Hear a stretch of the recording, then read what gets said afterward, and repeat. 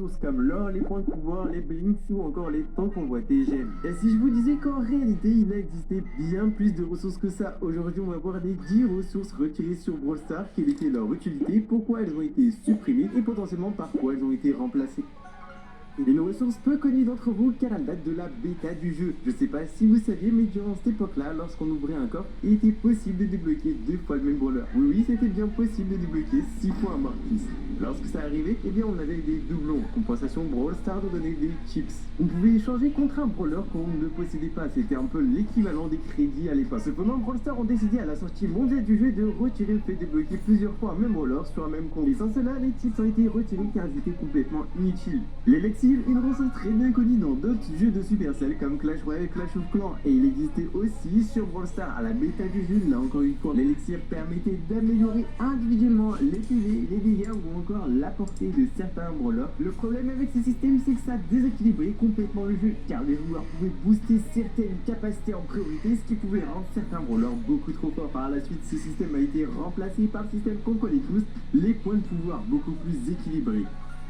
Et la ressource apparaît avec la Ligue des clubs. C'était quoi la Ligue des clubs? C'était l'affrontement de 8 clubs différents durant une semaine. Et en fonction des performances de nos clubs et du rang de celui-ci, bien à la fin de cette semaine, on donnait des club coins qu'on pouvait échanger dans la boutique des clubs contre des points de pouvoir, des pièces ou encore des skins exclusifs appelés Skin Club. Et justement, en parlant de la Ligue des clubs, il existait une autre ressource qui permettait d'effectuer 4 parties supplémentaires pour notre club. Les Golden Tickets qu'on pouvait échanger contre des gemmes et qu'on pouvait en acheter 4 au maximum par semaine. Le problème de ces Golden Tickets, c'est qu'elle donnait un avantage à ceux qui payaient dans le jeu. Ces 2 ressources ont été retirées de Brawl Stars avec la Ligue des clubs car considérées comme étant déséquilibrées entre les joueurs actifs et inactifs dans un club, progression trop lente et manque d'intérêt des joueurs pour celui-ci. Il y a des ressources qui me manquent énormément lorsque je vois que seulement 3% d'entre vous sont abonnés à ma chaîne. Alors si mon contenu vous plaît et vous voulez me donner de la force, vous savez ce qu'il vous reste à faire. La ressource principale du jeu, il y avait différents moyens d'obtenir et la manière la plus connue de les obtenir était simplement de lancer des GI. Avec ces tokens là, une fois qu'on en a accumulé 100, on pouvait ouvrir une petite boîte. Et comment ne pas parler des... C'était la ressource la plus rentable à échanger contre nos gemmes. Avec 40 gemmes, on obtenait 1000 doubleurs de tokens, ce qui accélérait notre progression et ce qui était environ l'équivalent d'une mégaboîte, sachant qu'à l'époque, une mégaboîte coûtait 80 gemmes. En réalité, ces 2 ressources n'ont pas totalement disparu du jeu, elles ont simplement été modifiées. Les tokens ont été remplacés par l'XP et les doubleurs de tokens ont été remplacés par le doubleur d'XP. Une ressource que celle des plus anciens d'entre vous ont connue. Il était possible de l'obtenir à chaque renouvellement d'un nouveau mode sur Brawl Stars lorsqu'on réalisait une victoire dans celui-ci. Eh bien, on obtenait un Star Token lorsqu'on en accumulait 10 et il était possible d'ouvrir gratuitement une grosse boîte. Cette ressource était vraiment intéressante car elle nous obligeait de jouer dans chacun des modes au moins une fois par jour. Mais celle-ci a été retirée avec l'arrivée des Brawl Pass. Une ressource qu'on avait tous, on ne plus qu'à savoir en faire. Il était possible de l'obtenir via différents moyens, mais les plus connus sont en passant un rang, le marathon star ou encore via différents petits événements. On pouvait échanger ses points contre une grosse boîte et 3 méga boîtes, mais c'était vraiment très occasionnel. Le but principal de cette ressource, c'est notamment de l'échanger contre des cosmétiques, contre des skins. Les plus connus sont Corbac de l'ombre et Beau Lumière avec leurs alternatives en or. Le problème de cette ressource, c'est qu'elle nous donnait accès qu'à une toute petite partie du catalogue sur Brawl Stars en termes de cosmétiques. À la suite de ça, elle a été retirée et remplacée par les Blinks, une ressource qui nous donne accès à une plus grande partie du catalogue de cosmétiques sur Brawl Stars, mais qui est à contrario beaucoup plus compliqué à obtenir.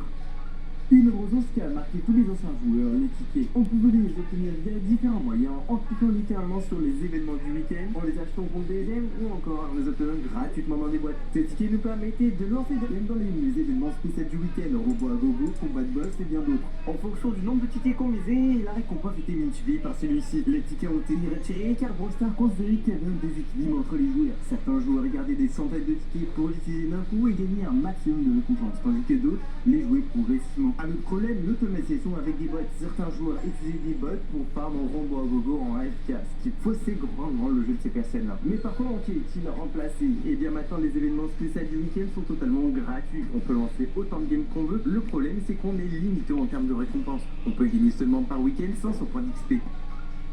L'une des ressources les plus récentes qui est disparue apparaît en 2022 en même temps que les crédits. Ces crédits, on pouvait les obtenir via différents moyens, mais le moyen principal était notamment les Brawl Pass. C'était une ressource qu'on pouvait échanger notamment pour obtenir des brawlers de rareté chromatique. Le problème, c'est que en fonction de la sortie de ce brawler, le coût en crédit varie. 4000 pour les plus récents, 2500 pour le brawler de la saison précédente et 1500 pour les plus anciens. Le problème de cette ressource, c'est que pour les nouveaux joueurs, ils accumulaient à la fois les crédits et les crédits chromatiques. Ça rendait un peu plus complexe le jeu. Donc Brawl Stars ont décidé de supprimer la rareté chromatique, d'intégrer chacun des brawlers chromatiques dans les raretés qu'on connaît tous, mythiques, légendaires et épiques. Ce qui a mené à la suppression de cette ressource, et c'est pas plus mal. Maintenant qu'on a vu les 10 ressources retirées sur Brawl Stars, j'aimerais connaître votre score sur 10. Combien de ces ressources avez-vous connu en jeu? Moi perso, ça va être un bon 8 sur 10. Malheureusement, j'ai pas joué à les bêtas, donc du coup, je ne connais absolument pas les tips.